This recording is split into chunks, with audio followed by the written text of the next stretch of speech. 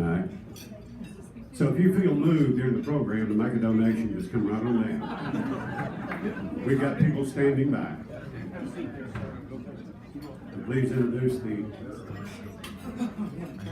video of Superintendent Jake Long of Mount Home Public Schools.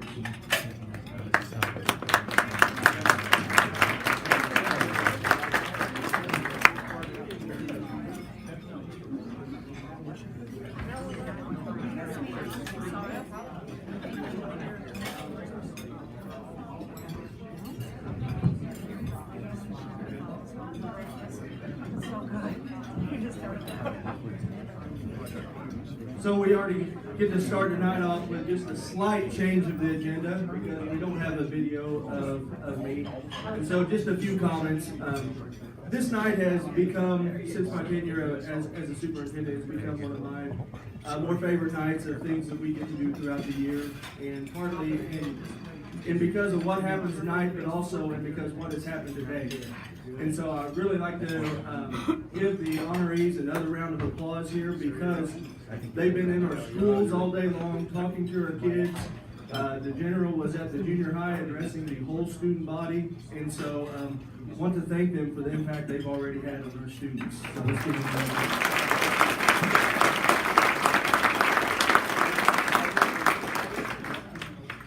You know, we're so fortunate to have an education foundation like we have here at Mountain Home, and so I'd like for the Education Foundation Board of Trustees, board members, please stand. Let's honor them, please.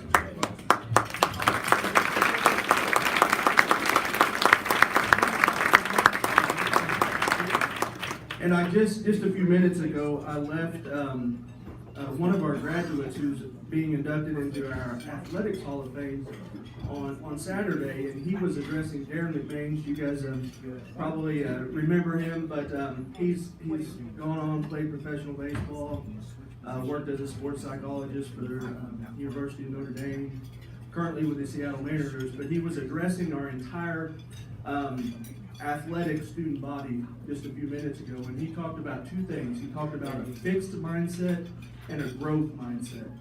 And whenever I was sitting there and I was listening to him just about 30 minutes ago, my mind went directly to our Mountain Home Education Foundation because just a few years ago we were thinking about what can we do to support our kids and support our education. And now we have the incredible things that you're going to see tonight, including the promise. And so I want to applaud the Mountain Home Education Foundation and thank them for all the support that they give Mountain Home Public Schools. Thank you.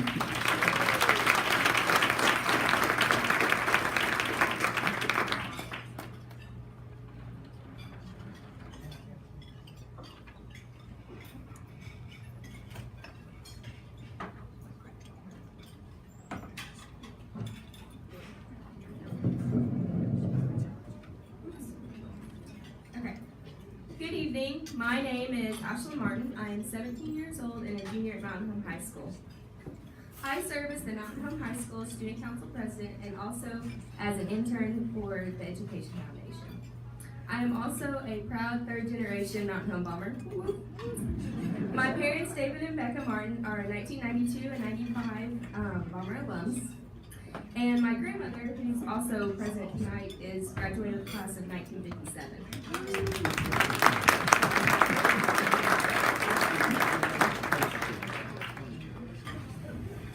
Growing up the daughter of two teachers, I have seen firsthand the impact Mountain Home Education Foundation has had on Mountain Home Public Schools. I have been witness to the expanded learning opportunities these grants provide for students, providing teachers an avenue to explore innovative teaching strategies that may not be possible in their normal classroom budgets. The Mountain Home Education Foundation supports not only student achievement, but 21st century skill development. The Mountain Home Education Foundation is not only supporting teachers, but Mountain Home students. Many of my peers are taking advantage of the scholarship opportunities that are available from traditional scholarships and the New Promise Scholarship.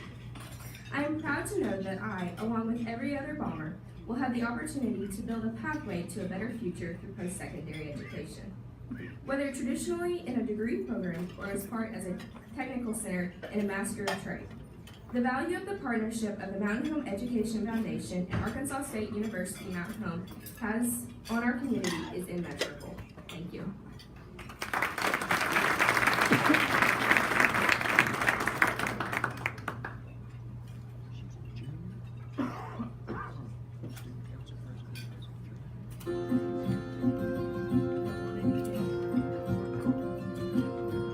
My name is White Freedom. Hi. Molly has asked us to say a few words about our participation in the scholarship program and ask why we had chosen to participate in the program. And for me, it was really quite simple. It needed to be done, and it feels good doing it. And so that's basically why I'm here. My wife, she has her own reasons, I'm sure. She always does. So, having said that, Hi. I was made aware of this program when I was doing a project called Trees for School. Molly explained to me about the scholarships, and it fit with the things Cliff and I like to do. We had been involved in scholarships when we lived in Memphis, Tennessee, before we moved here. And I thought this was a good way to continue this. I truly believe in the scholarships, especially the ones for the Career Academy, because the young people need help. They need to believe that someone really cares about them, has confidence in their ability, and helps them build their confidence. It also creates for the community kids who can leave school, who don't feel like they're college material, but really want to contribute. They have a certificate. They can go out and get a job and be self-supporting, have a family, contribute to the community, and return pay it forward themselves. That we have strong communities, especially today, and we support our young people. You've heard all the cliches. It is our future. They are our greatest investment. They need a chance. If I give a child a scholarship and they accept it, take it, and they do not complete it, for whatever reason, they don't choose to finish, at least that child had a chance. They can't say, nobody cared, nobody ever helped me, I couldn't do it on my own. They have support. They can do it. Whatever they choose to do with it is okay with me, because I've given them a chance for a better life, and I've given the community a chance for a better person, an involved person, and a person who can develop a good family life in a wonderful place like Mountain Home. This is a treasure. And my husband and I were talking about the scholarships earlier. We figured out that it's less than $10 a week to provide one of these scholarships to a kid. That's just, pie and coffee, or a couple of Starbucks, or just, it's not very much at all. It's not, and you can do so much with just a little. If everyone helps a little bit, we can do it. We're all better off, and we can take pride in our community and the young people that we produce in this community.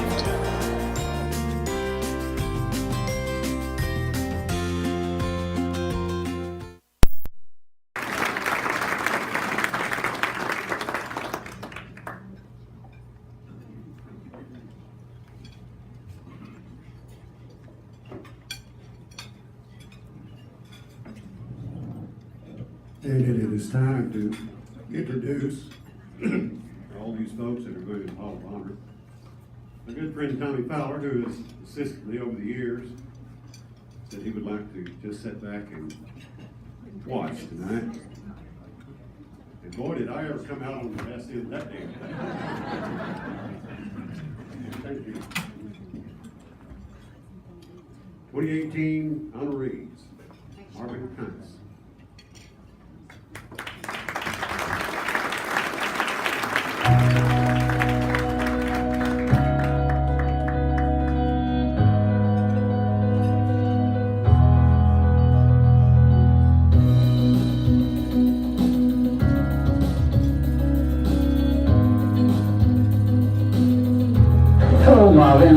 I just want you to know what a real asset you were to the Mountain Home School System.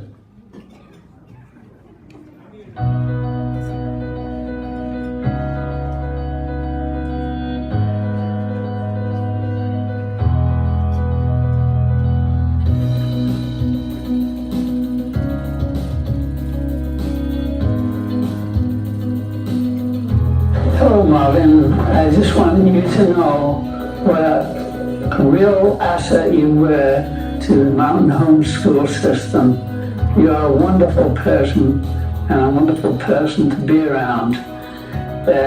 I was privileged to work with you years ago, and we all enjoyed working with you, especially in the summers when it was time to do the floors and lift heavy furniture. You were always around to help. And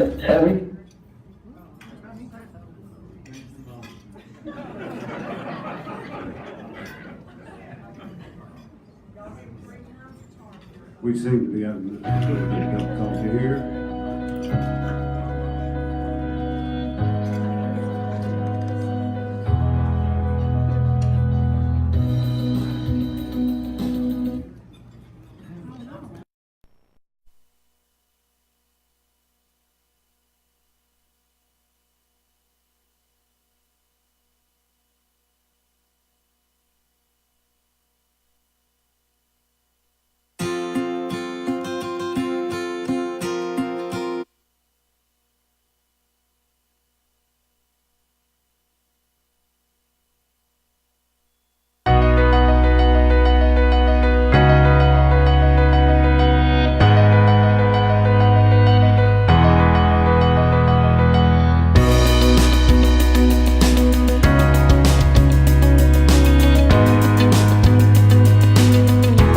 Hello, Marvin. I just want you to know what a real asset you were to the Mountain Home School System.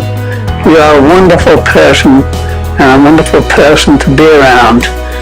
I was privileged to work with you years ago, and we all enjoyed working with you, especially in the summers when it was time to do the floors and lift heavy furniture. You were always around to help, and everybody really appreciated that. So that was a wonderful time. You even made me feel sometimes that it was an enjoyment to go to work. When I think of you, Marvin, I think of you as a man of ethics and excellent character. You have a wonderful happiness about you. You're always fun to be around, and you have a great sense of humor. And I think this works really well in the school system, especially around the kids, the children, and the staff of the buildings that you work in. It creates a nice sense of good feeling amongst people. Also, I think that your word is your bond. Whenever you give your word, we know that we can trust your word, and you will follow through and get whatever the job was done. So we appreciate that, Marvin. I'm glad that you've been nominated for this award. I think if anybody should have it, it should be you. You well deserve it. So have fun, enjoy the ceremonies, and thank you for being my friends. Hi, I'm Alicia Barcelona. I got to work with Marv probably for about 10 years. He was the best custodian that you could work with. Was there to help you whenever you needed it, and if he seen something that he thought you could change to make it better and make your job better, he always gave good advice. Couldn't say enough nice things about him. Marv, you deserve it. You were one of the best. didn't know anyone that did not appreciate the job that you did, didn't know anyone that did not appreciate the way you did your job, because it was always top notch, just like you. And congratulations, and you deserve it. What can I say about Marvin, other than he's just a wonderful person and he's been a great friend to us over the years. We've known him and his wife Janet for, well over 10 years, I would think, and we've just enjoyed their company and appreciate their friendship so much. And one good example, if I can mention it, is when we moved our house. We moved from out of town into town, and it's very stressful for us moving, being older. And we moved into our house, and when we started to get settled, we noticed a lot of problems with our kitchen, and we were pretty much distraught and upset over all these different things that we felt were wrong. He even helped us. It was in the summertime, and he was on his summer vacation, and he took 2 weeks out of his own vacation time and came every day and helped us put in new cabinets, repair the floor, fix the walls. He brought all these tools over that we could use, and he just helped us so much in planning it and laying out the kitchen. So we can't say enough about you, Marvin. You so deserve this award. You've been a really great friend, and we sure appreciate everything you've done for us over the years.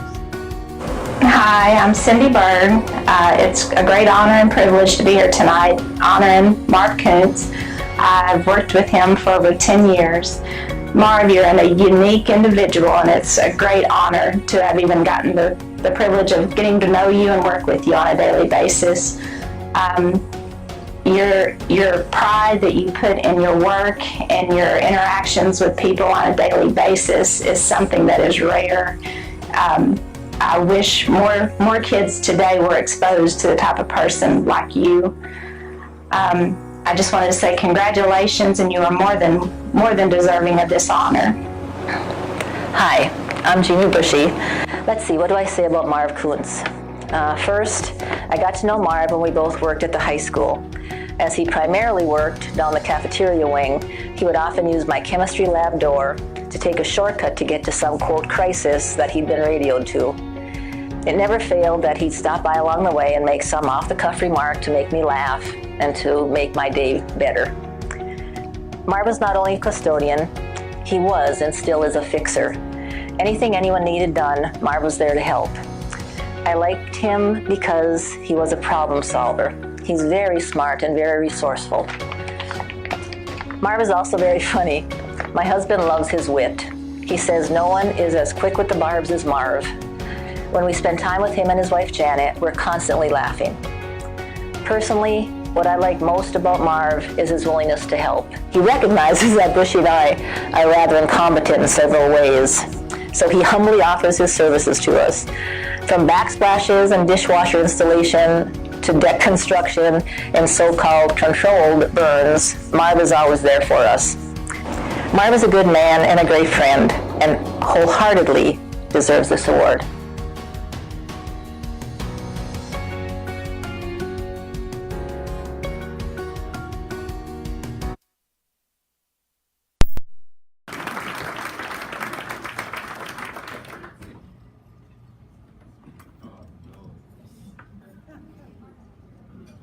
Is Marvin not here?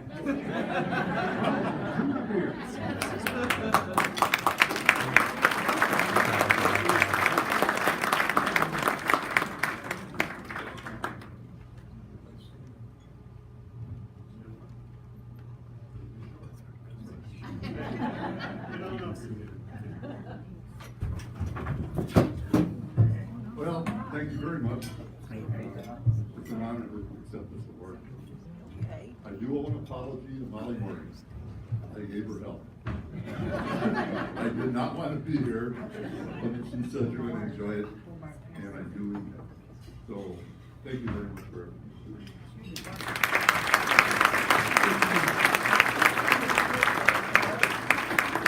Well, actually, when he called, or Molly called, he said, no, I don't want to do it. And his wife called back a little bit later and said, yes, he does. Marvin Coots, the winner of the Ernest Berry Award. The next inductees, Norman and Margaret Mason.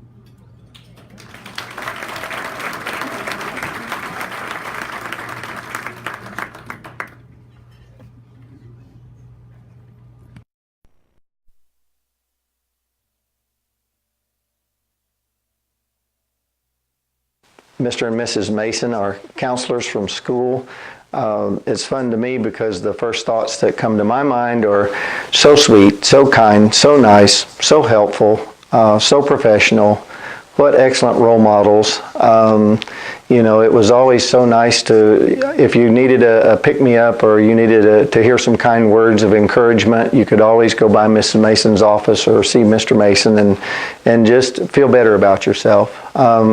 I reached out to quite a few of my classmates because I was trying to think of any specific advice or a specific incident that I could recall. And it's funny because in talking to all of my classmates, the words that I got were so sweet, so kind, so nice, so helpful, so friendly, very professional, very helpful. I can remember going to see Mr. Mason about pursuing a career as a veterinarian, and he said, well, let's look at the booklet for the classes and let's get you signed up for the correct courses. And I said, any advice? And I can remember pretty much in a nutshell, work hard, stay focused, don't get sidetracked, and you'll be fine. And so it's kind of fun that, they're a good, hardworking family from the farm, and they've always had just really good, they've been so grounded and so decent and nice and kind and friendly and helpful. And those are my memories of Mr. and Mrs. Mason. I can't think of two people that deserve an honor like this more. They represent everything good about Mountain Home High School. And I can tell you could parade dozens and dozens and dozens of students through here that would say exactly the same thing that my classmates and myself have said. It's truly my pleasure and privilege to introduce Norman and Margaret Mason as 2018 inductees into the Mountain Home Education Foundation's Hall of Honor. Both served Mountain Home Public Schools with integrity and distinction, and I would add love and kindness. Believe me, I'm not the only one who thinks so. Please allow me to share with you some of the comments about these two special people when the announcement was made on KTLO and Facebook.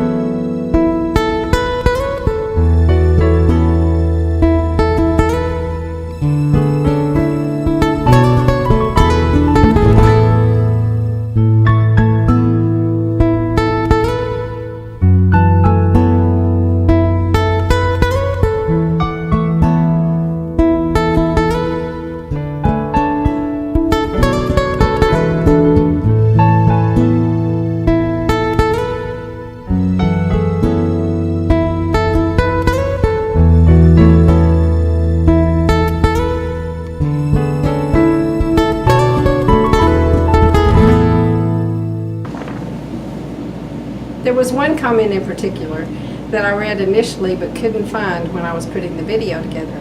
It was from a gentleman named Gordon who wrote something to the effect, "Mrs. Mason, you were always my favorite teacher." In return, she said, "Gordon, you are my favorite too." At first I thought, well, shoot, I thought I was her favorite. Then it occurred to me that Mrs. Mason is so special to us because she made each one of us feel as if we were her favorite. What a wonderful trait. I must admit that I did not know Mr. Norman except through comments of others. I understand that he was a high school counselor and an excellent one at that when I was a senior. But Mrs. Mason was my English teacher at that time. Let me do that page over. I must admit that I do not know Mr. Norman except through comments of others. I understand that he was a high school counselor and an excellent one when I was a senior, but Mrs. Mason was my English teacher at that time.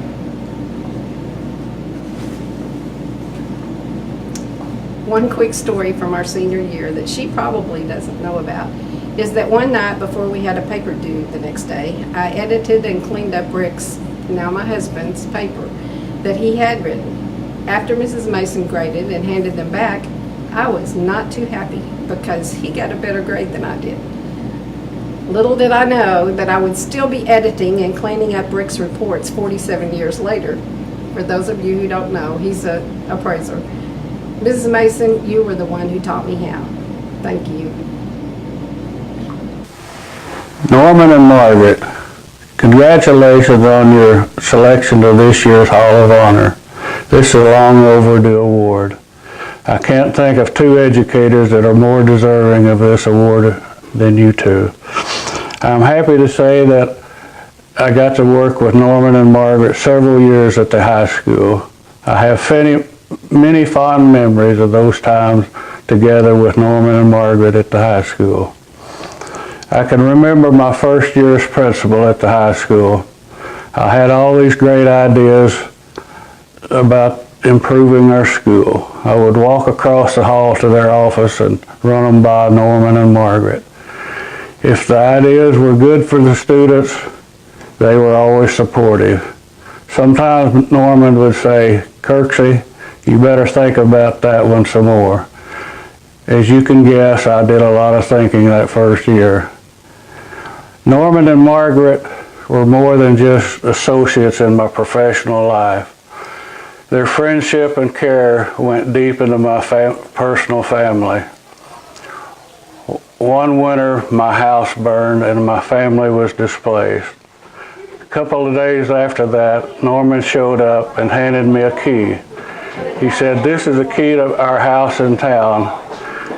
Take it and use it. It's yours until you use it as long as you want."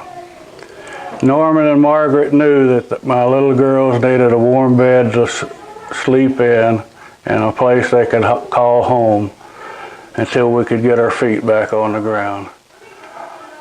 What an awesome act of kindness and generosity on their part. We stayed in the house for a few months until we rebuilt our house. Thank you, Norman and Margaret, for all that you did for my family and I. But most importantly, thank you for all the help and the support you gave the students in Mountain Home Schools all those years. It was a better place because of you. Enjoy your honor. The best use of life is to invest in something which will outlast life. And Mountain Home Education Foundation reflects that philosophy through its leadership, its work throughout the year, not just this night, and a special night that we have here when we have the Night of Honors, the night that we celebrate the induction of the 2018 Hall of Honor recipients. And this night, they too have invested in something which will outlast life. In a myriad of ways they've done that. And I'm going to be honoring Margaret and Norman Mason, who have invested a lifetime in education, in students. After graduation from ASU, Margaret and Norman moved to Missouri to teach there. But you know the lure of our area, and so they returned home to Jordan Arkansas in the late 1960s and joined the Mountain Home Public School staff. Margaret as a teacher at Nelson Wilkes, and a little later, Norman as the principal at Mountain Home Junior High. What makes these two people so special? Special people to be honored tonight. And I was fortunate enough to begin very early teaching with Margaret at the high school. Respect. Respect is a quality valued by everyone. And it is not a quality that we can buy, inherit, or command. And every teacher values respect in the classroom. And we can see this with the Masons.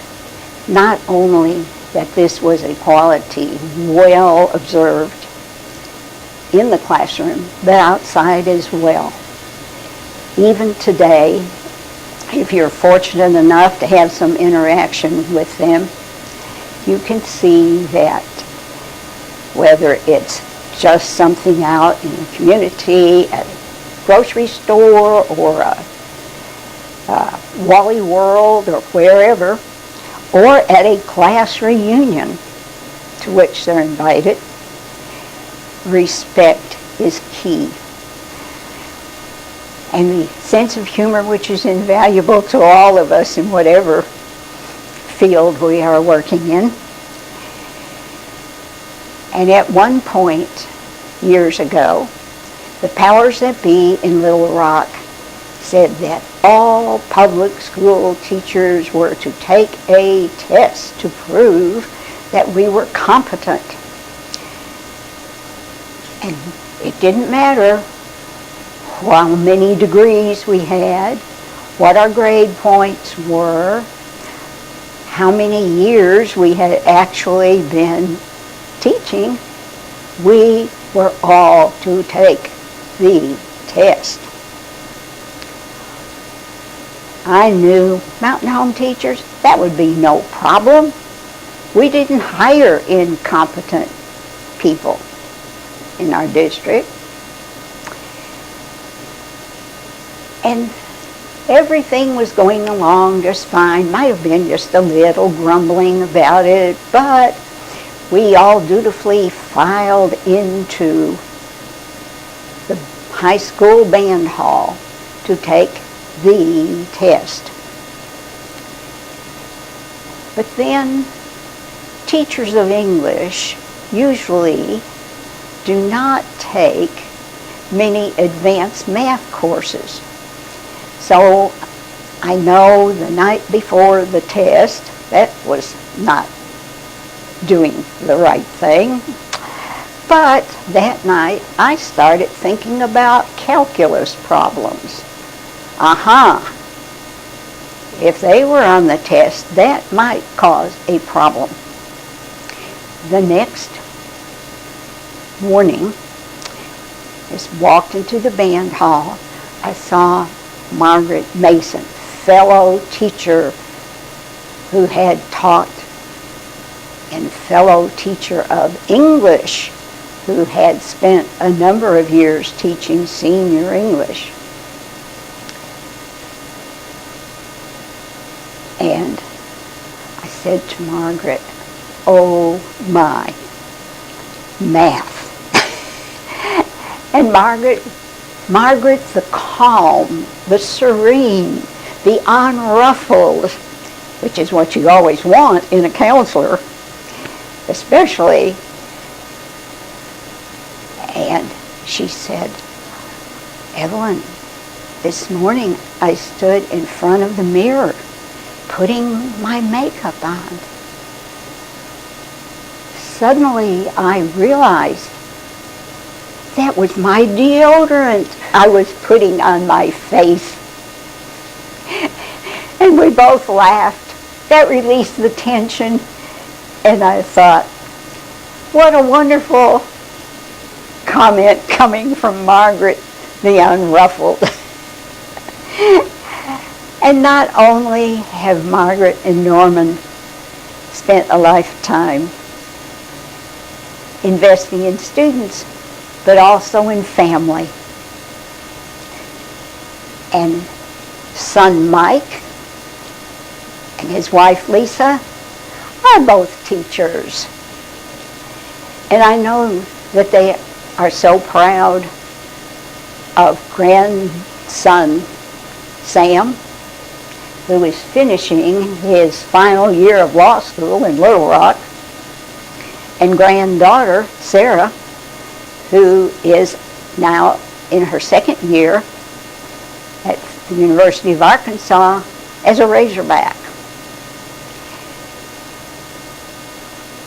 Margaret and Norman, thank you for all these years that you have given to students. This investment will pay dividends for generations to come. And thank you too, as a representative of your peers who appreciate all that you have given, not only in the dividends that pay to us, but also for your, well, that we can look at with friendship and many treasured memories in education.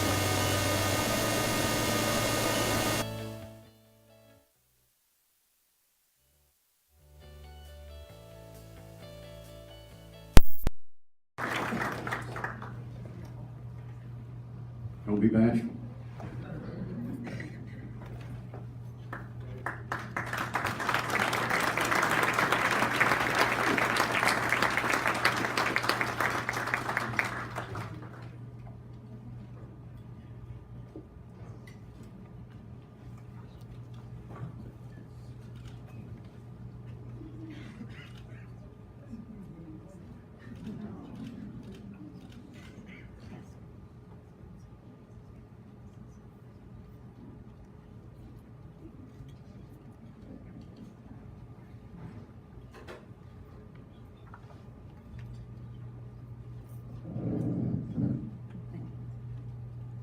I know those of you who have followed us through the years at school are not going to believe that he's going to let me speak. Thank you, Ms. Hackler. The only thing that I can think of that's better than being introduced by you for an event like this was the day-to-day joy of working with you and Mr. Hackler. That was the best. Thank you, Dr. Jake Long and the administration at the Mountain Home Schools, the teachers, the students, the school board, all the extra hours that you put into events like this and the day-to-day work that you do. And thank you, Bob Knight. Bob Knight's a special person. He starts our day in a happy way every morning. We have coffee with him, and he always manages to make us smile. And for people like us who are not out in the general flow of work anymore, I want him to know how much that means. And I think it must mean that much to other people too. Molly Morgan, we have learned what a dynamo you are.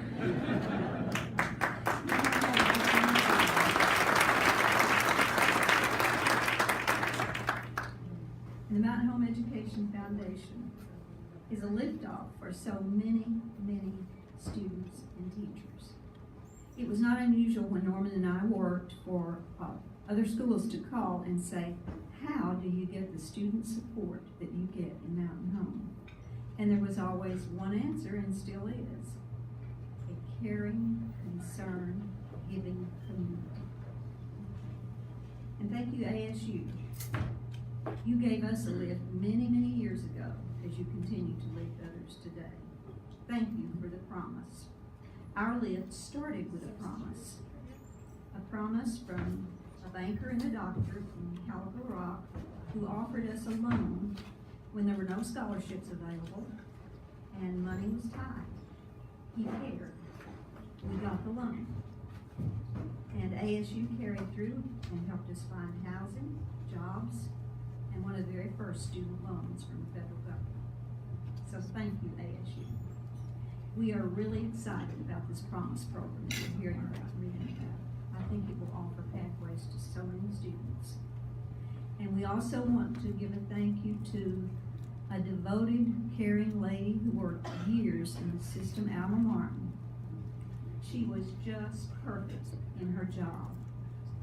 She was the first person that the students saw when they came through that door, whether they were smiling and happy or in tears.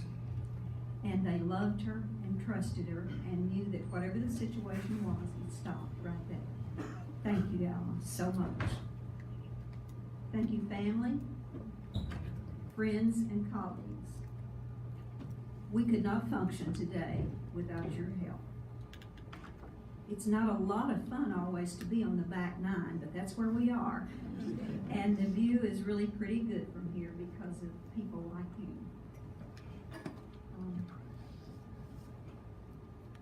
This evening has been very emotional for me. I cried at the parade yesterday. I don't know how I'm getting through this. But the award that we're being given is not really, we don't feel like, about us. It's about you. It's about the other honored guests this year and years past. It's about the work you do every day to make our world a better place. And we are humbled and honored to accept the Hall of Honor Award because it represents you, the school, the community, and most of all the students, who after all are the fuel and the fire that will continue to lift that honor into the future. Thank you.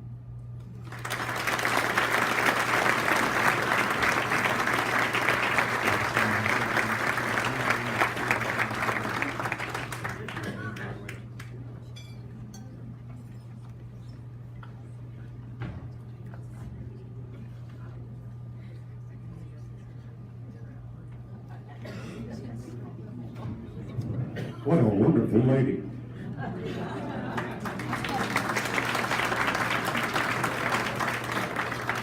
guess I'm gonna have to work on my English a little bit now. Glenda Small.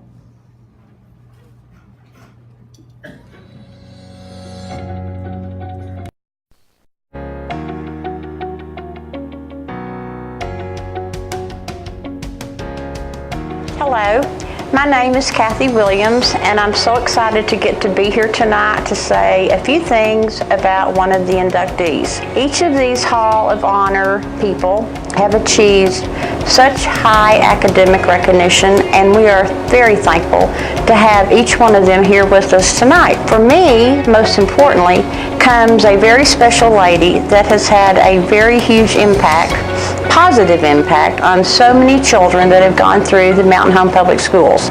Mrs. Glenda Small. Oh my, she is just so deserving of this special honor. You've already heard about her from a former principal and former parents, but I get to share a few things about her from being a coworker. Glenda spent 29 years teaching children. They were never her kids. Believe you me, they were her children. She and I taught side by side for 18 of those 29 years, and it was a blast. We started out in first grade, then we moved on up to second grade, and we finished it up by graduating all the way to third grade. When I look back and think about those special years, I guess the main things that come to my mind about Miss Small has to be joy, humor, and most importantly, love. Here's the thing about Glenda. She always accepted each and every child as is, both personally and educationally as well.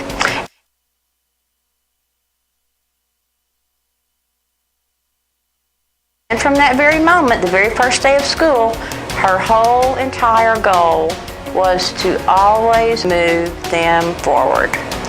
It didn't make any difference if they were or were not the best dressed, or if they were or were not the most liked or most popular, or if they were on grade level or maybe a little below grade level. She took them under her wings and she just loved her kids.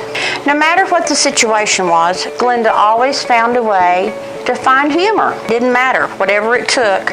She was a take care of it situation kind of teacher. It was like, don't worry about this.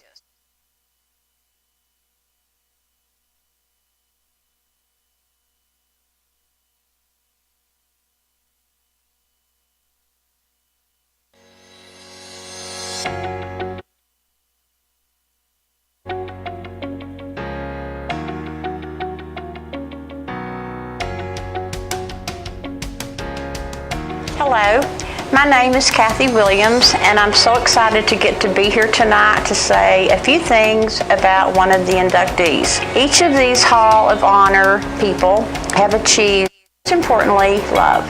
Here's the thing about Glenda. Whatever it took, she was a take care of it situation kind of teacher.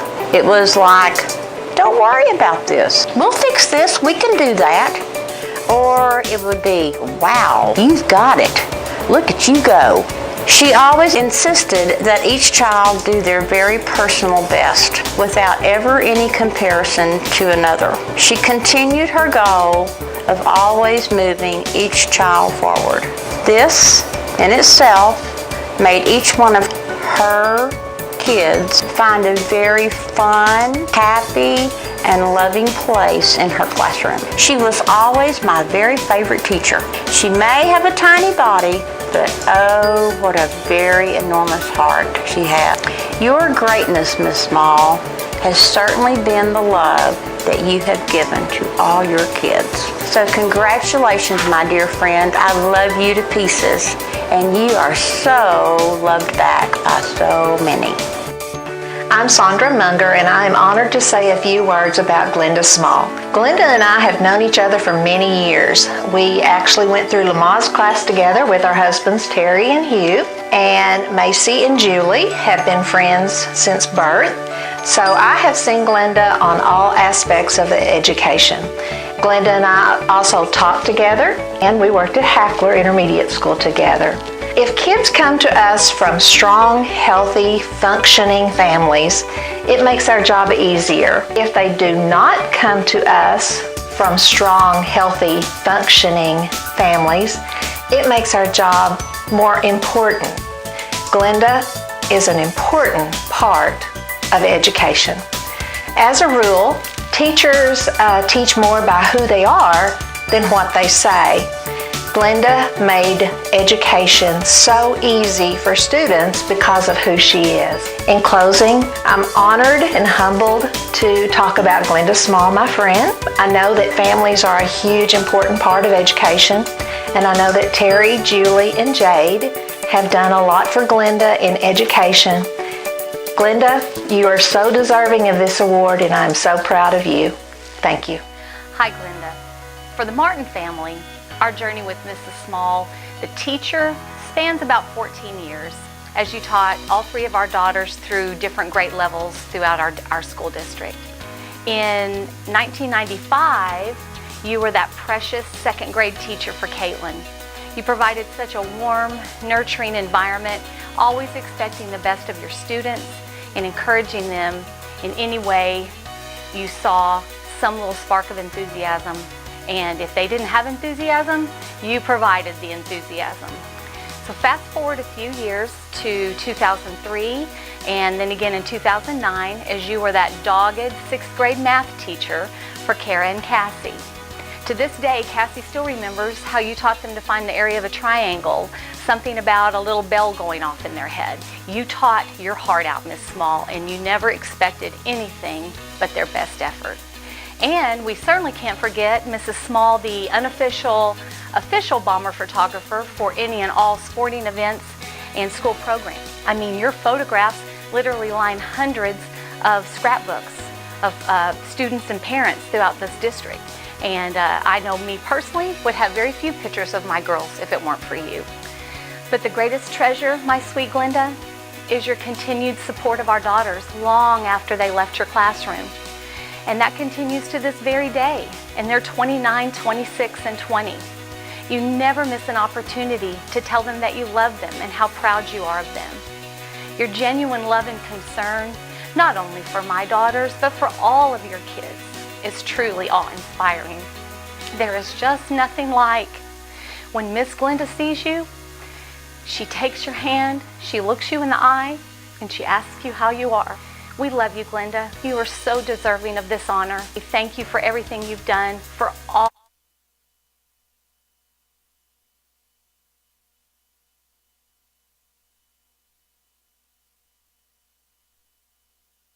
of your students.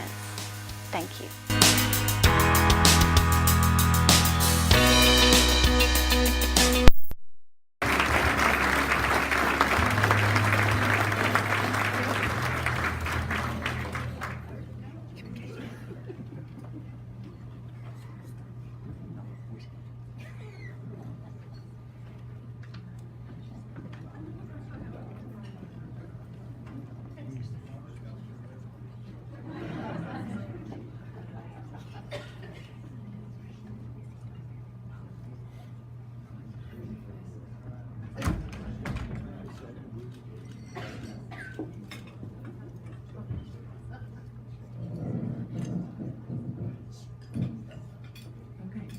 I was not going to be emotional, but I kind of did it. Too late. I want to thank everyone that's here. Thank you very much for coming. So humble, very honored to be an inductee for the Hall of Honor. I want to thank the Mountain Home Education Foundation and Molly Morgan. Thank you so much. Thank you for the support. They give not to just the teachers, but to the school. It wouldn't be what it is if it wasn't for the foundation. And Molly, thank you. I loved being a teacher. I absolutely loved it. There was hardly ever a day in the 29 years that I did not love going to work.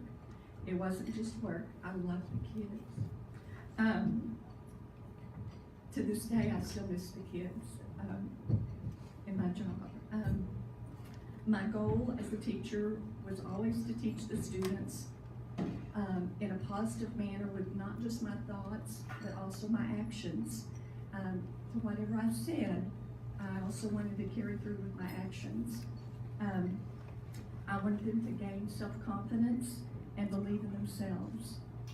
If students believe that they can succeed, they will.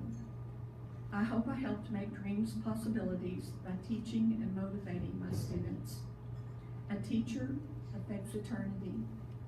No one can tell where her or his influence stops. I always wanted to positively affect the future of each one of my students. When students know that you genuinely love them and care about them, they will try so hard to please you, and that's what I always tried to do. I gave them lots of love, and they loved me in return. And I respected them, and they respected me in return. And I have some of them today, a very special family, the Deacock family back here, and they're some of my students that I have. And I had some of your kids too, and the Martin girls, love them. I loved all my students. 29 years, I loved them. Thank you.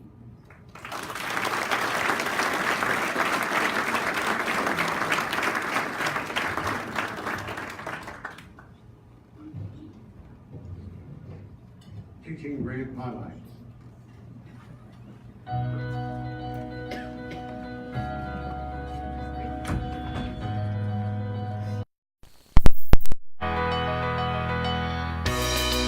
I'm Steve Bloomer, President of Friends of the North Fork and White Rivers.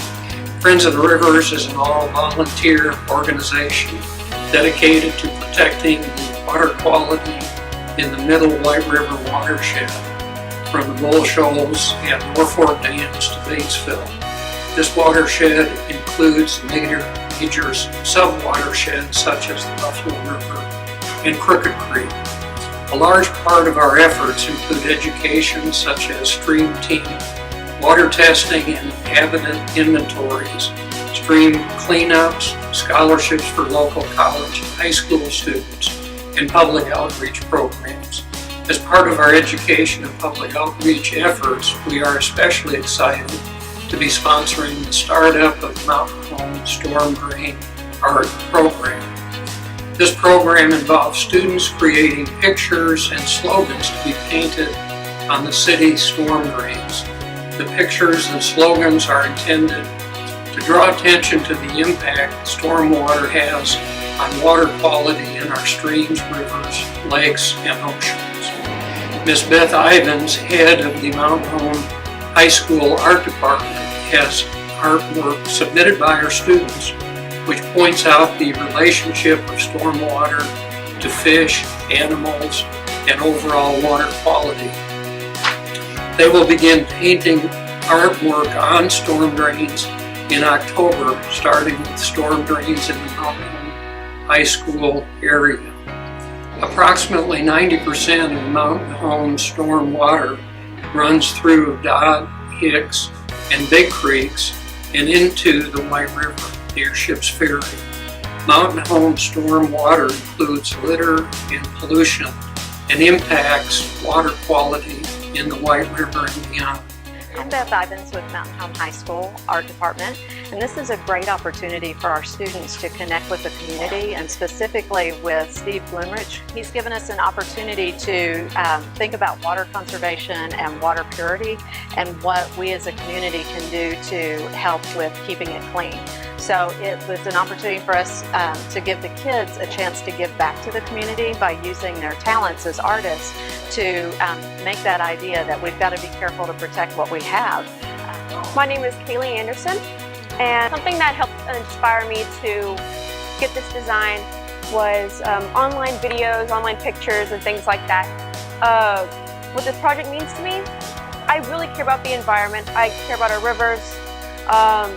I care about pollution and things like that. I think it's very important. So contributing to this project is a very fun experience for me. Hi, my name's Sadie. This is my design. What inspired it was my membership and the football team being the Water Girl. Brianna, I'm a senior at Mountain Home High School, and I did the drain project because, you know, I really care about our rivers and what goes in them and what shouldn't go in them. And I submitted some designs for it, and so far I've learned that it's really good to get involved in the community. I was inspired because I just really like animals, and it sucks that the environment is, you know, just slowly deteriorating away, and I wish that we knew better and cleaned up after ourselves. I was kind of inspired by my design because whenever you think of Mountain Home High School, you always think of the big plane that sits in front of the school, and I just think it's a shame that people diss the community with trash and litter and kill precious wildlife. And I just want to thank the Mountain Home Education Foundation and the community partners for this opportunity. Friends of the Rivers has provided the initial funding for this through the Mountain Home Education Foundation.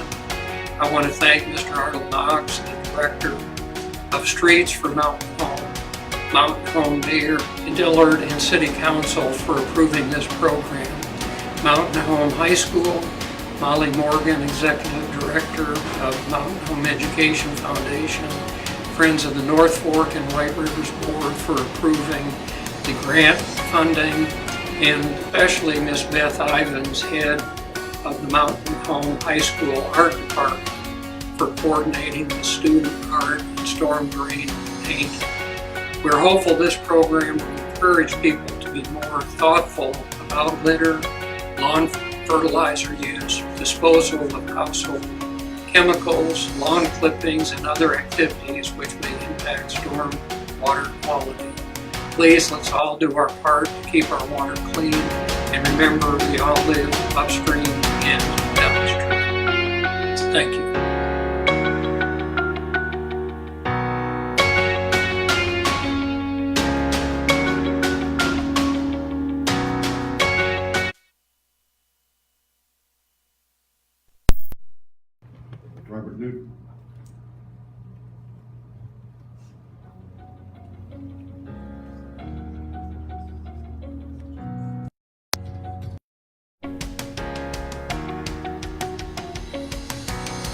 years ago, I was honored to receive the Hall of Honor Award.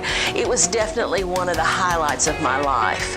Tonight, I feel the same way because I'm so honored to introduce one of this year's award winners who is a dear and precious friend of mine.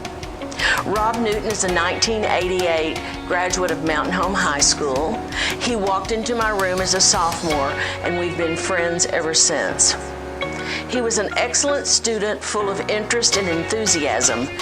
I worked with him in the classroom as well as in German club. He was a member of Gap 3, and it was quite obvious that he loved Germany, and like a sponge, he absorbed the customs and culture of the country. Senior year, Rob made the decision to join the Army so that he could pay for his college. He and Darren Magnus and Roger Cunningham joined the Army to be sent to Hawaii. Rob's German knowledge got him stationed in Germany. He loved being there. One evening I got a phone call from him telling me that he was boarding a plane for Desert Storm. I remember one of his statements in our very emotional conversation. I joined the Army to get an education, not to be killed. Needless to say, he was on my prayer list every night. One day I got a call from Kuwait that he was back and okay and ready to go to Germany. He had driven a gasoline truck across the desert, and he was very lucky to be alive. After many calls from Kuwait, we agreed to meet in Schondorf while Gap was there. He surprised me with a visit, and he stayed with one of his favorite families for the weekend. Since I am Mama Frau and he was skin and bones, we spent one Saturday buying him clothes. And while we shopped, he ate rolls from the bakery. His German family was astounded at the amount of food he ate. He was starving, and they loved feeding him. When Rob returned home, he enrolled at ASU Jonesboro with his sights on international business with an emphasis on Germany. He even returned with me and one of my Gap groups to look for a possible job for an internship. I assumed that all was well, and he was on track for his major. Though I did not hear from him, one day I got a call from Burlington, Vermont, as quite a shock. He had not been pleased with his major. He had enrolled in Northeast Culinary Institute. Rob had always loved cooking. I knew that in high school he often cooked for his parents and his dates, and he had changed directions in his life, and he loved what he was doing. After 2 years, he graduated and went to New York City to work in such fancy restaurants as Le Cirque and Pabla, the most expensive restaurant in the United States, and the Four Seasons Hotel. Learning in their kitchens, he chose to work as a personal chef for Mary Tyler Moore for 2 years, and for Bruce Cosner, one of the richest men in the world. He was with Mr. Cosner for 4 years, shifting from one of his 4 houses to the other. One home was the entire block of Fifth Avenue. As Rob moved forward, he chose to open his own restaurants: Seersucker, Smith's Canteen, and a Vietnamese restaurant called Nightingale 9. Always looking ahead, Rob decided to sell these New York restaurants. He has recently moved to Nashville, Tennessee, where he is head chef at 21C, an art gallery hotel that has a restaurant named Gray and Dudley. He's getting closer and closer to Arkansas. His latest feat has been to write his first cookbook called Seeking the South, which will go on sale in the fall of 2019. What a tremendous graduate of Mountain Home High School, and it is my pride and my pleasure to present Rob Newton to you. Hi, I'm Mike Breton, a survivor of 23 years of school administration at Mountain Home. Both my children attended Mountain Home schools, and my son went on to graduate school in New York City. We became aware through Sue that her son was a cook and then a chef, and then was even going to open his own restaurant in New York. So we communicated that to our son, who is anxious to give it a try, so he went out there.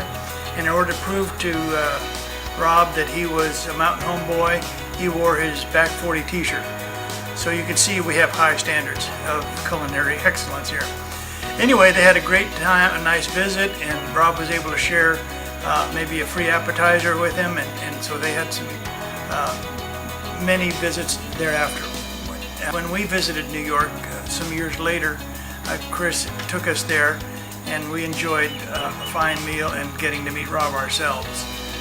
But Rob is much more than just his mountain home roots. He's traveled around the world and even brought back some great culinary perspectives to share with the rest of us. For example, he opened a restaurant with a Vietnamese-inspired cuisine, and we were invited to go there by Chris, and while there, we didn't recognize a darn thing on the menu, but took Rob's recommendation, and it was all delicious. It was all terrific. So we praise Rob for his willingness to explore, his desire to open new tastes to the rest of us, his business acumen to get funding and to maintain these restaurants, and most of all, of course, his skill in preparing those foods and making them so wonderful. So congratulations to Rob. We see that that his Instagram account reveals that he's been traveling around the South and has in fact spent a lot of time lately in Nashville. So we're hopeful that our next Rob Newton meal will be just across the state line. Congratulations to all. Enjoy yourselves. You deserve it. Thank you. Bye-bye.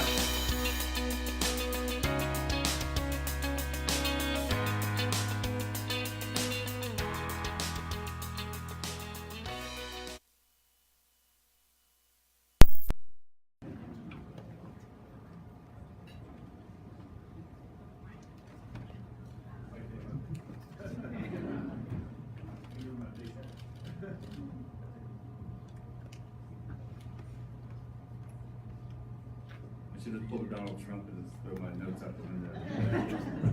Or not talk politics, perhaps. Let's see.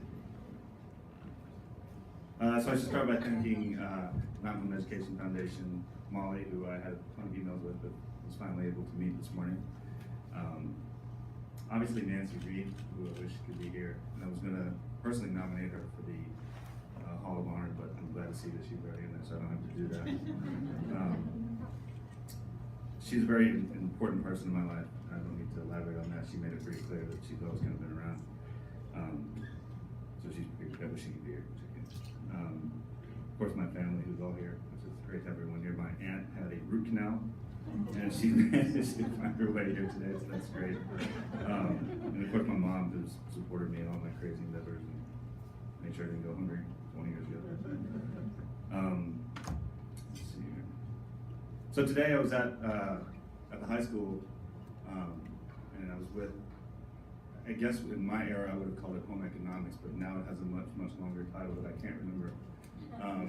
But I was with Ms. Fowler, I don't know if she's here or not, and all the students, and I was really, for example, I decided to cook a couple things and get the students involved and just kind of see what that was all about and what it was like. And I had no idea what arugula was when I was 17, but I was very pleased to see that when I asked how many people in the classroom knew what arugula was, like most of their hands went up and some of them even grow it. Not them personally, but their family or whatever. And I thought that was really impressive, and I think it just kind of sheds light on, to me, where food was when I decided to go down this path, when there was no internet, when there was no Food Network. And the stereotype I had in my brain of a chef was, you know, somebody who was most certainly an alcoholic and overweight, and certainly smoking a cigarette and dropping some of that cigarette ash into their food. And hopefully that has progressed with the Food Network and social media and Instagram, and it's now a profession that people actually seek out. And the proof of that was sort of in today. There were a couple people in the room that want to be chefs, which I thought was really impressive and really inspired to see that. I have my face, I need to get back to my notes. All right.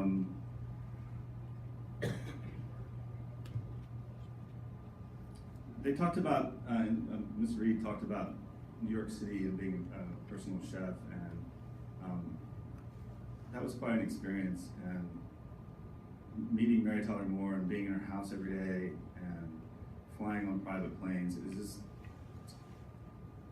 kind of mind-blowing coming from such a small town and doing these kind of things. It's been kind of surreal and really quite an honor. And I very often say that I'm from the middle of nowhere. And I say that not begrudgingly of where I'm from, because in actuality I'm from Oakland, which is like the epicenter of nowhere. But I'm, yeah, like, 2 miles down a dirt road, that's wow, that's wild. But it's my nowhere, and it's where I'm from. My family's been there for over 100 years, and it's created a sense of community. And the high school is great. It gave me a great education and set me on the path to what I'm doing now, and who knows what I'm doing next. And I'm just really honored and humbled, and it's such a great place, and I'm happy to be here. So thank you very much.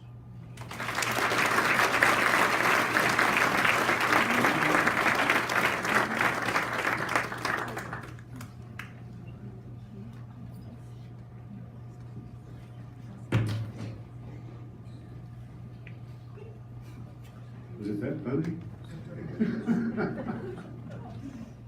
May I go back to ballot? John Portofillo, you're up.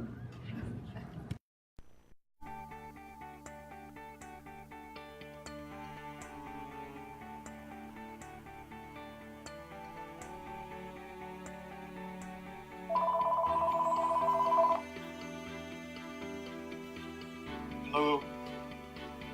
This better be good. This Frank Sutherland interrupted my morning nap. Reference on Partapilio? Who's it? Oh, Partapillo. Yeah, I remember him. He was a photographer. Pretty good photographer too, as I recall. In fact, he was so good we decided to send him off to cover the war. We told him not to get killed, but he got ambushed on a convoy, sure enough, and got out of his vehicle and started shooting pictures. Good pictures, but at least he got home safe. But then, instead of being safe at home, he goes and hangs out with all these dangerous gangs, smoking pot and causing all sorts of trouble in Middle Tennessee towns. But he made some kind of really fine picture story that won lots of awards. Yeah, he was really good. But finally, we got him a good assignment. We assigned him to cover the Nashville Flower Club's installation of new officers. And he knew how to do it. He charmed those ladies. He made them think they were runway models. Oh, they loved him. And he got good pictures of that, too. Yeah, he is a fine photographer, and I guess if I were hiring a photographer, he'd be at the top of my list. Yeah, he'd be at the very top. He's the very best. Just don't tell him I said so. Hi, my name is Mary Kahneman. I'm just delighted to be able to say a few words about my friend and former colleague, John Partapillo. It goes without saying, John is an immensely talented photographer. His body of work speaks for itself, far beyond any meager words I could conjure up. It would be easy to say his is a talent with which he was born, but I believe that would be a disservice to both John and his work. I have no doubt nature deserves some recognition, but the nurturing, the work behind what he does, is what made what he does so exceptional. John has an innate ability to connect with people and situations in, shall we say, shutter-fast speed. He earns the trust and cooperation of people while delving into the heart of situations, some happy, some tragic. That is the nature of John. The nurturing comes from all that work I mentioned a minute ago. He's dedicated years of learning and training and gained the experience that has helped him develop an eye for light and shadow, how they interact and how they play together.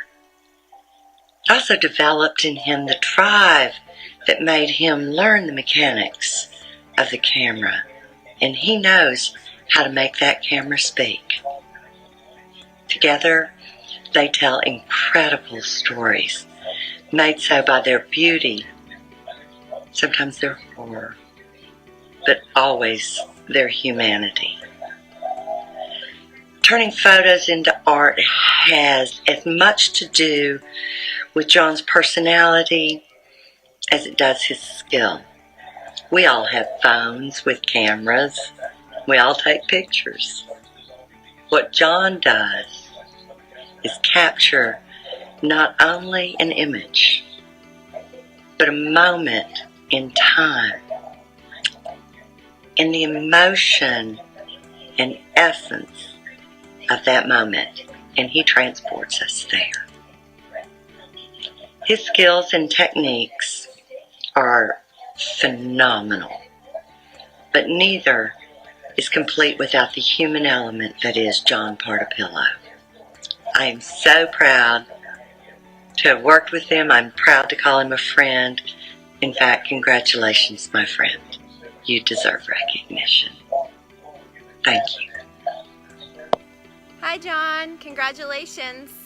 Hi, you guys. My name is Beth English. I was one of John's editors at the Tennessean in Nashville, and he's always so great to work with, and now we work together on a lot of creative projects, and it's so exciting to celebrate John and his great work. He's the best. Love you, Johnny. Hi, my name is Leon Allagood. I teach journalism at Middle Tennessee State University, but for 30 years before that, I was a reporter. The last 10, I was at the Tennessean in Nashville. That's where I crossed paths with John Partapillo. What can I say about John? He's exuberant, he's a loyal friend, and he's one of the best photographers I ever had the privilege of working with. Whenever I went out on assignment with him, I knew I had to bring my A game because I knew he was going to be doing the same. He, in many ways, made me a better reporter. Do I have stories to tell about John? I have many, but I'll share one.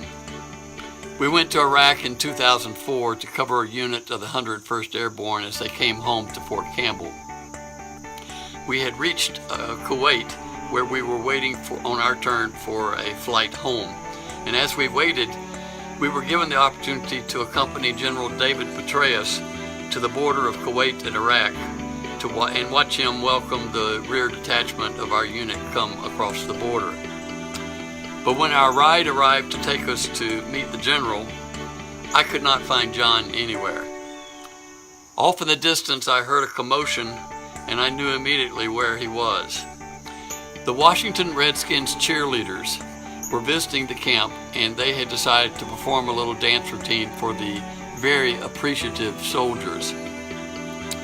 I found John on the front row, camera to eye, capturing this historic moment for posterity. I punched him on the shoulder and said, "Our ride is waiting." He said, "Just one more." Now, when John Partapillo says just one more, what he really means is, I'm going to stay here and take 1,000 more pictures. After several more futile attempts to get him away from the cheerleaders, I grabbed his shoulder, looked him in the eye, and said, "The general's waiting, and if you don't come with me right now, I'm going to kick you back to Arkansas." Or words to that effect. He came with me, and I told the story of the general saluting his troops. It remains one of my favorite pieces, and his photographs one of my favorite images that he took while we were there. John, congratulations on your induction into the Hall of Fame. You deserve it. I love you like a brother, and I would go to war with you any day. I salute you.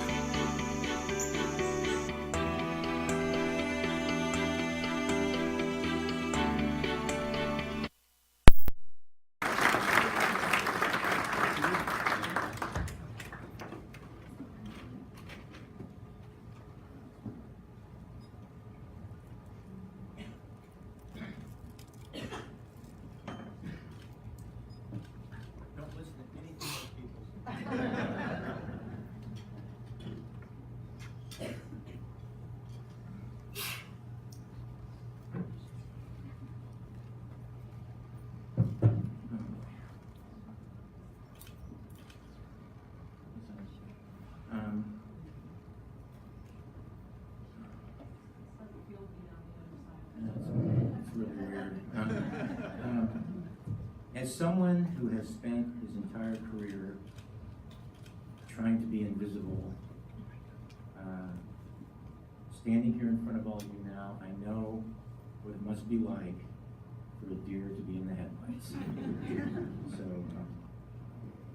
I just want to take this moment. I want to thank the Mountain Home Education Foundation. I'm very honored by this. Thanks, Bob and Lisa and Molly. Where's Molly? Thank you for putting up with me for 4 days. I appreciate that. I'm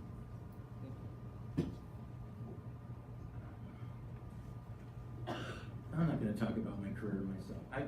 I'm a storyteller, and I've got some stories here in Mountain Home that affected me. Miss Hackler, you're always such an inspiration. And, well, you know. Actually, it was Bob Hackler that got me started in my profession. He was my counselor, and I went before him, and he told me, he told me I was either supposed to be a forest ranger or an artist, and I chose the latter. So I think Mr. Hackler was great about that. Let's see what else we got here. There's some other stuff.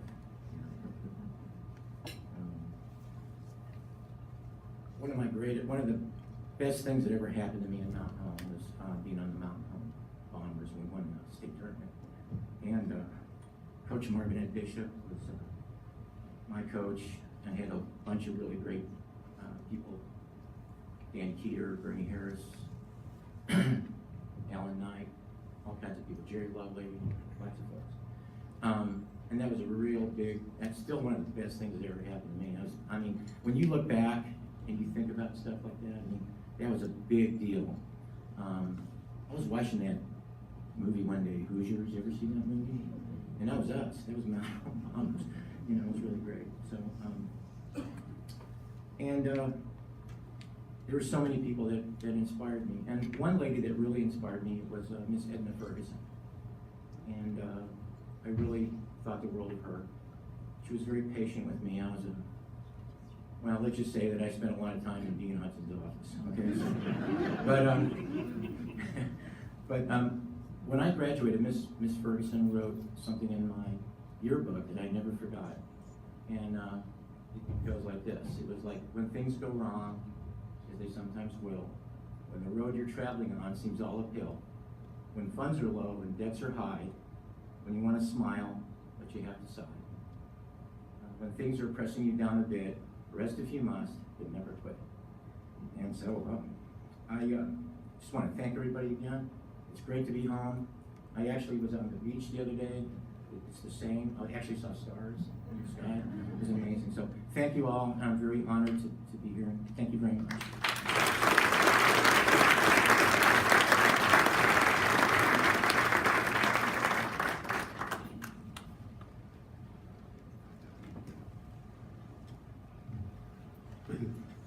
General, all trust.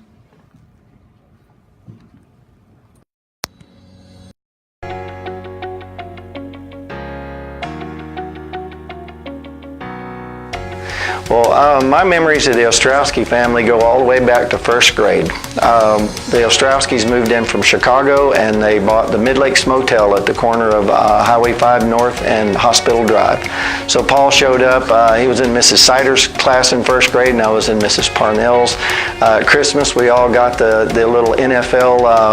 Paul was a Dallas Cowboy with the little hat and the jacket, and Steve was a Redskin, and I was a Miami Dolphin. And the three of us were three holy terrors in that little neighborhood. That you could kind of sum up our youth, if you could say, by the Little Rascals, the Bad News Bears, American Pie, American Graffiti.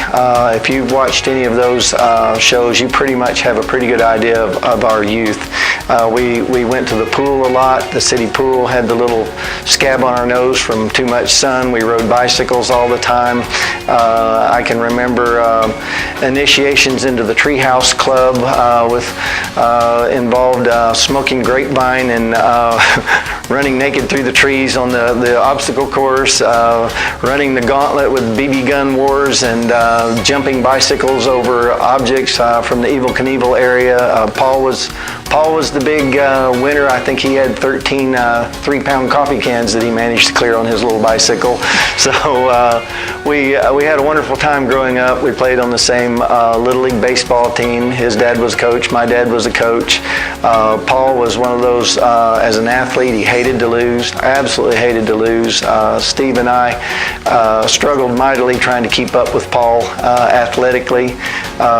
We had a lot of wonderful memories. I can remember the older sister Diane's pony Scamper. We would ride him around the yard backward, being Dudley Do-Right from the cartoons, at a full gallop, and we graduated onto mini bikes and things like that. I can still remember, I still say a few things from the old days. That last cast of the day, Paul and I would be dropped off at the lake with my little rowboat or his canoe, and his dad or my dad would pick us up from a day of work. We'd be out there fishing all day and hanging out on the lake.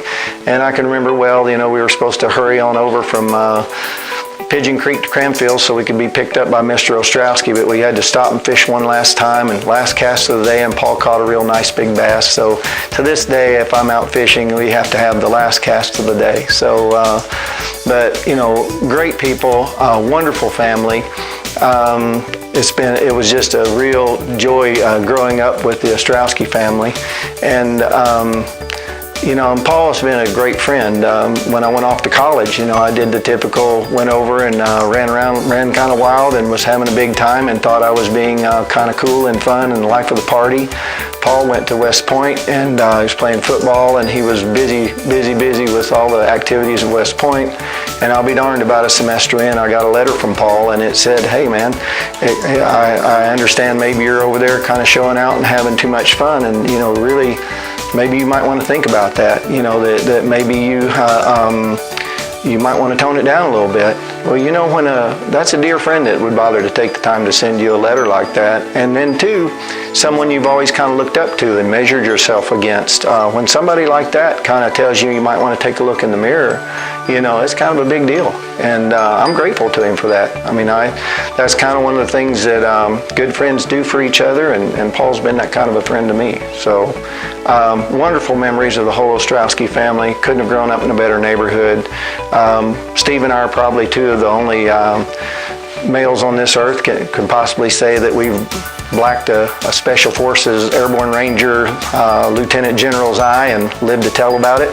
So, and we got what we gave, I can assure you that, to this day, I'm still afraid of a cold muscatoli after having it forcibly shoved up my nose from Paul and Steve Ostrowski, and just some of the little fun, silly things that we did as kids growing up, but wouldn't trade it for anything. My name is Skip Rutherford from Little Rock, and I'm Dean of the University of Arkansas Clinton School of Public Service.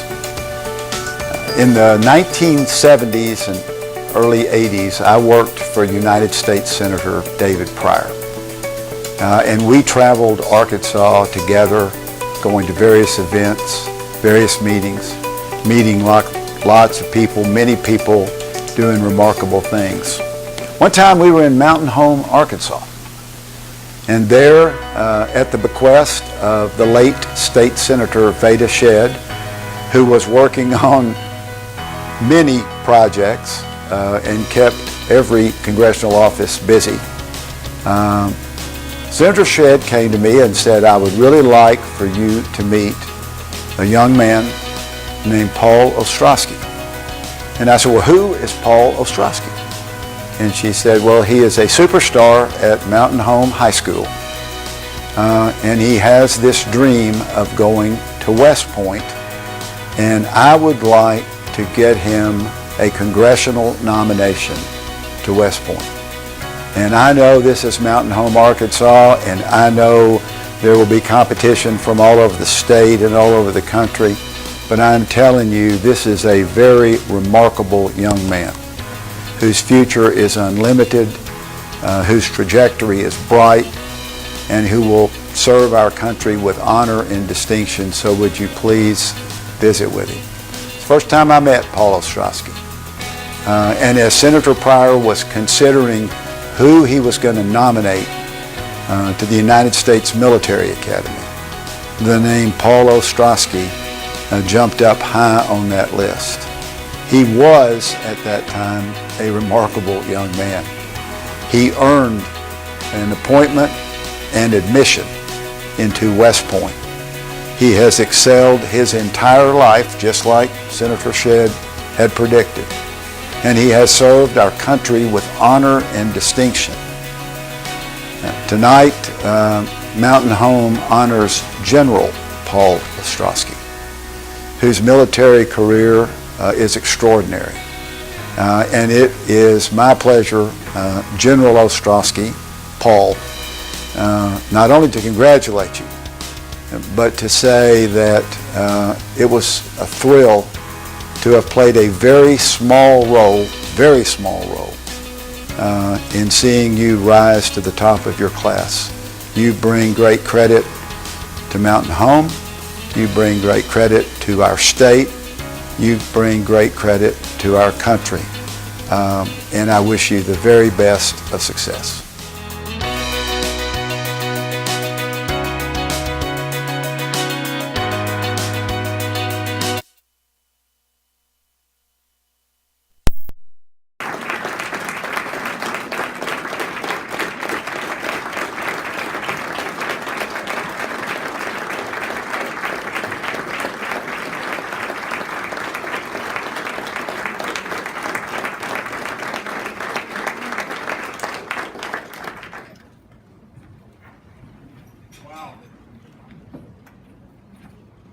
I'll tell you, sir, you gave up the microphone entirely too easily.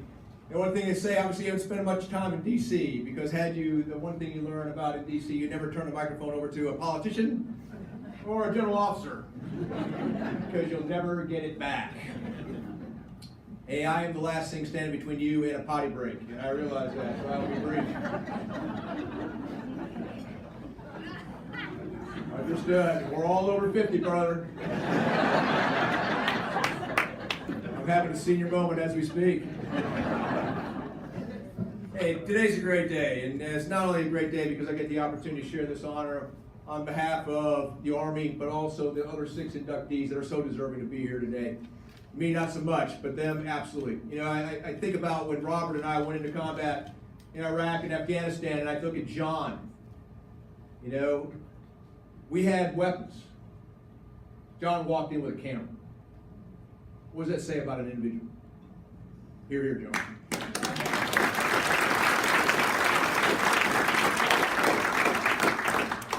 A special shout out to class of 81. Stand to be heard, ladies and gentlemen. Come on, where are you at?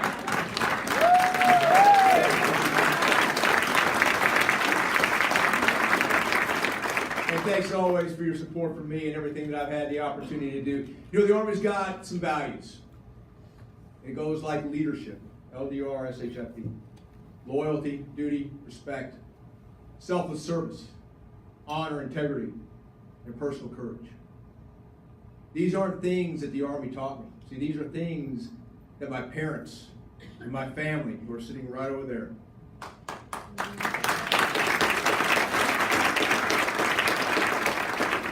these are things that I got taught from day one. And my parents never pushed me in any direction, ever. In fact, they always told me, we don't care if you're wanting just to be a ditch digger, but you better be the best damn ditch digger there ever was. And that's the truth. And I stand by that. My siblings, my parents, the love and the affection you've given me, thank you so much for those values that you instilled upon me. But it wasn't just them. It was this institution, this thing called the Mountain Home High School District. Mountain Home High School, the Mountain Home Education Foundation that made the difference for me. It was the things that I learned, the mentors, the teachers, the instructors, the coaches, teaching resilience, teaching that it was okay to fail, as long as you picked your ass up and you succeeded the next time, or the next time, or the next time. I had the opportunity to spend the last 2 days speaking with the junior high student body as a whole, teaching 2 civics classes today. Can you believe that? What do I know about civics? I learned a lot. 2 civics classes today, and I had the opportunity to address the entire Mountain Home High School sports folks, okay, all of our students. And I spent time with them, talking to them about the things that are important, the things that they need to remember. Self-reflection, how important it is to reflect back on what you are as a person, who you look at in the mirror. Things like how important it is to be part of a team, and that nothing in life is given to them, and that they will fail. And it's how they react to that failure that makes them the person that they are. They will succeed, just given the time. So ladies and gentlemen, thank you again for such a great honor and privilege to be here today. It is a great day because I'm here, I'm not at the Pentagon, and any day out of the Pentagon is a great day. Remember that. Thank you so much.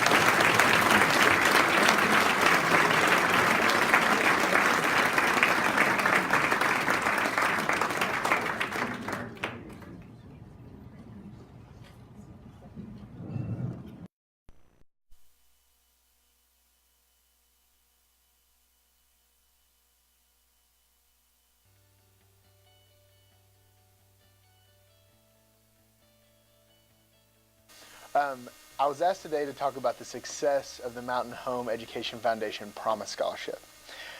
Personally, my name is Robert Shirley, and I've been an instructor at ASU Mountain Home for 10 years now, and part of my job requirement is actually advising students. And I had a student recently this semester actually come up, and we were just talking in my office about what she wanted to do, you know, long-term goals, dreams, and ideas. And she had brought up actually that she was on the Promise Scholarship. And I was asking her, okay, you know, I honestly didn't know that much about it, learned more afterwards, but I asked, you know, how is it helping you? You know, what are the rules and requirements, that kind of thing, things that an advisee would need to know. And then she brought up the fact that, well, you know, she was a great student, actually, first off, great student, and she could have gone to a 4-year.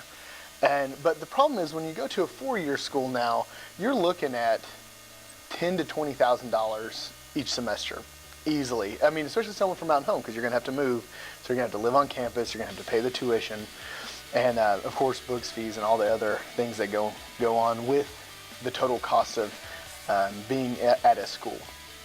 Well, she said, you know, instead of that, I decided to stay my first 2 years, and she goes, I've got the Promise Scholarship, and she also has the lottery scholarship, the Academic Challenge. And the problem was her parents make just a little bit too much for her to get the Pell Grant. And I was in the same situation when I was in college as well. My mom made a little too much for me to get any grant money, federal grant money. But, you know, I know with my mom, it was more like, hey, I can help you with, you know, paying your cell phone bill, paying your insurance, but it wasn't that I can help with tuition or books. So I really kind of connected with what she was saying.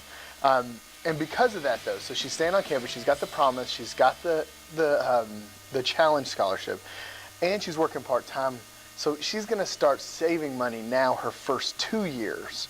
So therefore, when she gets out, and she's going to transfer to a 4-year, she's going to have to finish her goals and dreams and ideas that she wants to do with her own life. But when she transfers out for this first 2 years, she's not going to have any debt. And not even that. It's not that she's not going to have debt. She's going to have a savings built up that's going to make it where she won't have to have debt for her last 2 years in school.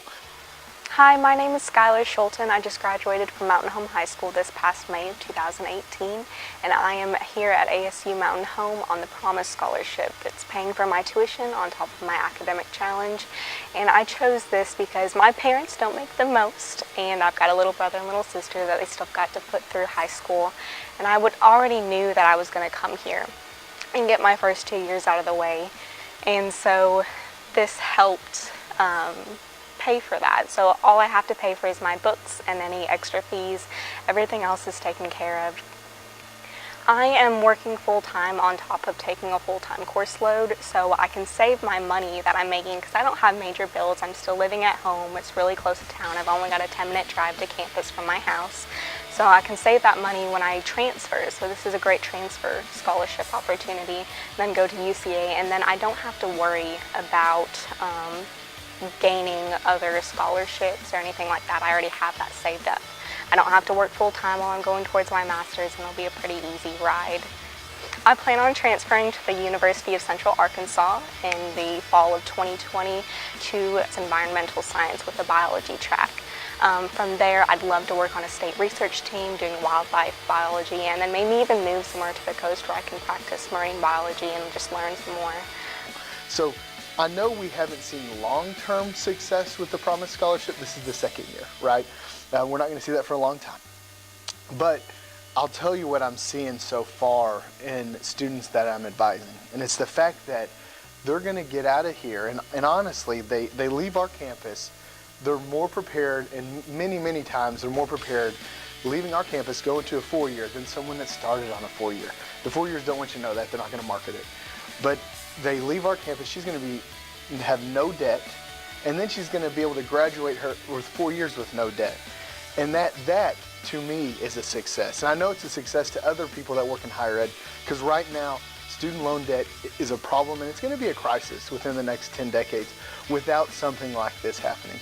So the success that I'm seeing personally so far as an advisee is this type of success. Now long term, we're going to see these same students and they're going to turn into productive citizens. I mean, we see people coming out of our school going to med school, going to law school. It just takes time, and we're going to see that. But so far, after a few years, this is the neat thing that I want you to know from a faculty and advisor standpoint on campus that I'm grateful for to see in our community. And it'll affect every student that has it, and it'll affect the families of those students that have it, and all the entire community that those people touch. So personally, I want to say thank you, but I also want to say you know, what a neat thing it was that I saw. This student, man, she was A1. It was really neat having her on campus, and it gives me a little hope for the future. Thank you.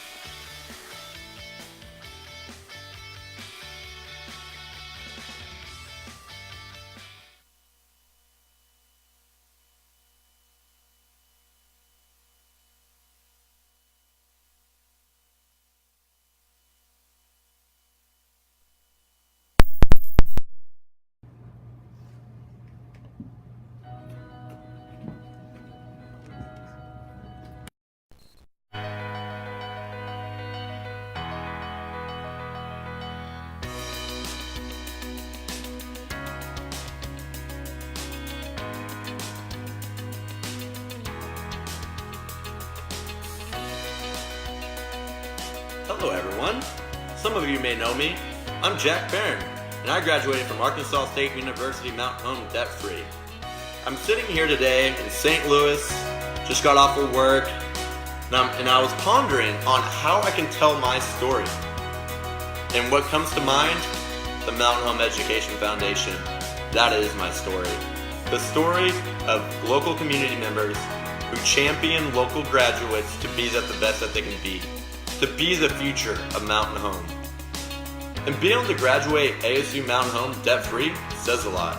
Says a lot about the community members like you. Says a lot about our community in a whole. And it says a lot about the university's education system as well. You know, ASU Mountain Home and ASU Jonesboro and the Mountain Home Education Foundation are one of the best in the state of Arkansas. And statistics show that. Because you know why? ASU Mountain Home has been ranked the #1 community college for the last few years. If I were to say one word to local graduates coming up, go to ASU Mountain Home. Take full benefit of the Mountain Home Education Foundation scholarships. There's so many people believing in you like they believed in me, and it'll get you where you want to be in life. So one last thing, thank you so much to the Mountain Home Education Foundation and to Arkansas State University Mountain Home, because together we're here to make it. I would like to congratulate Arkansas State University Mountain Home for your induction into the Mountain Home Hall of Honor. This college started in the 1970s with students taking classes in various buildings around town. Then a group of local citizens fundraised to purchase the local Baptist church in the downtown area to relocate the college. Then Freddie Blackburn and a group of individuals got together. We got state recognition and by the Department of Higher Ed and did a millage for the support of the college. Then Freddie went to Dr. Eugene Smith at Arkansas State University, and they allowed us to become a branch of their university. Then we hired Dr. Coulter, and He worked and built this wonderful facility, and with companies and individuals, he got all the buildings, lobbies, rooms endowed. Now with Dr. Myers and his staff creating new classes and getting the technical center off the ground, we have welding, HVAC, automotive, mechatronics, and machining classes that keep jobs and students local. Also trains the future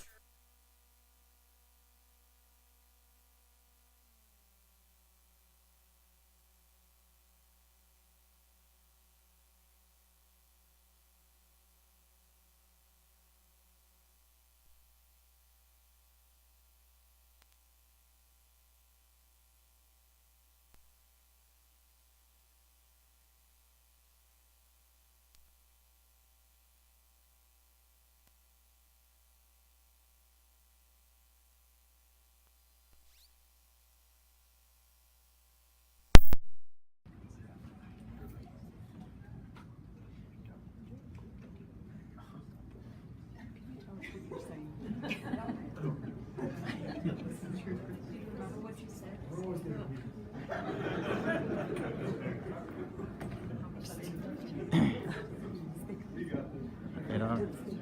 Just automatically shut off and then turn it back on. It shut off on its own. This shut off.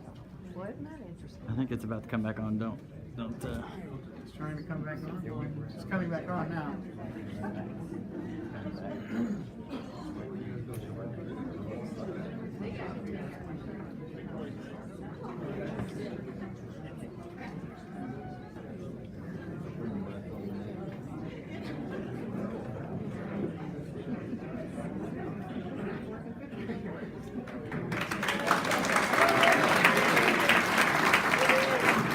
You know, I've never seen anybody be able to stop that long from talking, but I found a way.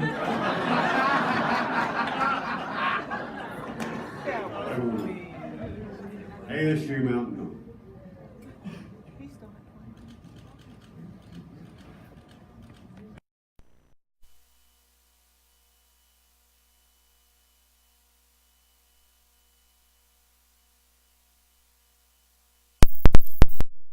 Day to serve you at ASU Mountain Home. If you work there at ASU Mountain Home, if you have worked there, if you were a former chancellor there, Ed, if you're on the board of governors or the board of visitors, please stand and let us recognize you. This group represents most of that 150 people. We couldn't obviously get them all in here tonight. I have two really important people with me. Mickey and Zoe, please stand up. These are two of our promised students.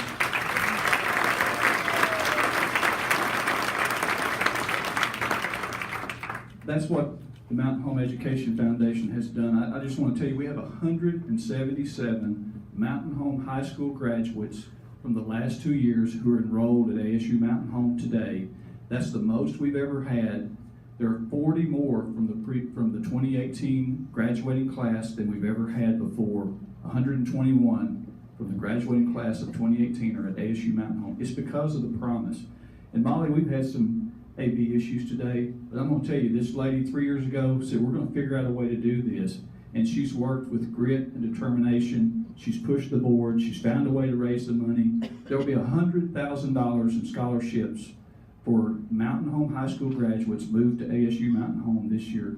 Y'all please stand up and give them all a round of applause.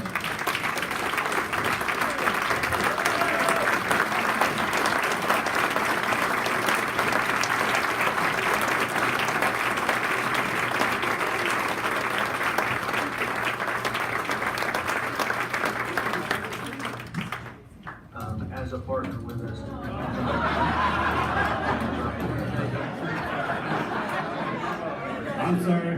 I'm sorry, Jake, you're done.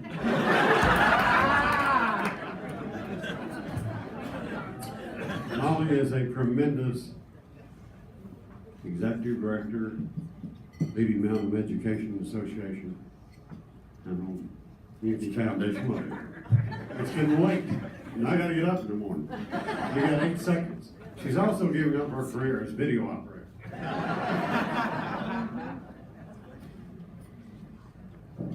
This group of of people was so much fun to work with, from John to the General, the Masons, Linda. Every time I look at you, I cry. ASU, I love working with all along. Robert Newton, I was so sad I didn't get to eat today. Marv, you ducked from me, but we all know that you're a Hall of Honor kind of guy. So I say all this, I'm sorry about the AV. I want y'all to meet my coworkers because John, that poem that you quoted, I'm gonna have it framed and I'm gonna hang it in the East Lab and in the newspaper room, and I'm gonna give a copy to my intern. I want some students in the back over there to stand up, please.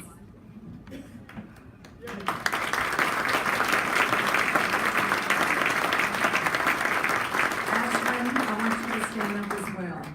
These kids have spent hours, and I mean hours. I worked yesterday over at the East Lab, and computers are overloaded, overworked. It was kind of a surprise to all of us. These kids persevered, they challenged, they stayed, they came in early, they worked their tails off. And what makes me most sad about the technology issues tonight is that their work really didn't get showcased the way it should have been.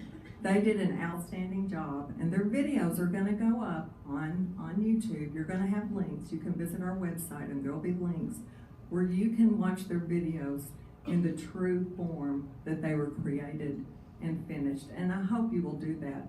Mr. and Ms. Mason, my apologies. Your video was unbelievable. It was just fantastic. And I had to run the unedited version tonight because something happened and it crashed. Life happens and that happens. But I think what is the greatest thing that I saw tonight is that the story still came through. The story of excellence, even in the vision or the place of imperfections, excellence came through. And I could feel y'all's warmth and the laughter and the love in this room. Even as you watched, even through the glitches, you chuckled, you moved on, and you hung in there with us. And I appreciate you, and I value that that you just kept going with us. But that's the Mountain Home community, and that's the Mountain Home spirit. That's the same spirit that's come through on the Promise Scholarship, and I know we're going to do more and more to help these kids. These kids don't need to graduate from college with so much debt that they can't get jobs to pay off those debts. That's not right. That's not what we want to give the next generation. But we do want to give them hope. We want to give them the training, the education, all the skills that they need. You know, our future depends on that. If we don't provide for these kids to get the training and the skills and the education they need, we're gonna be in a mess someday. It's gonna be more than tech issues. It's gonna be real issues. So I thank you. If you ever have a place that you want to lay $1, call me. I'll gladly put it in a good student's hands. Thank you. Y'all have a good evening.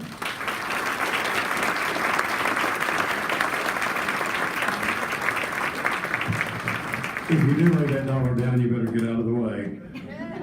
Thank you all for coming. Hope you enjoyed. Honorees, thank you very much.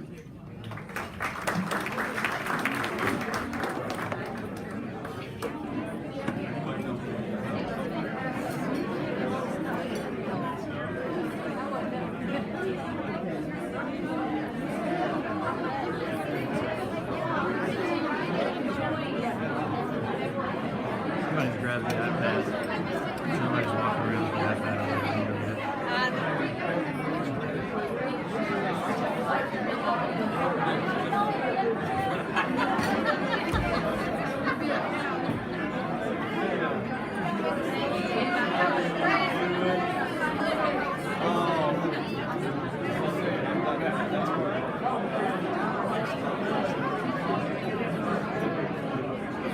So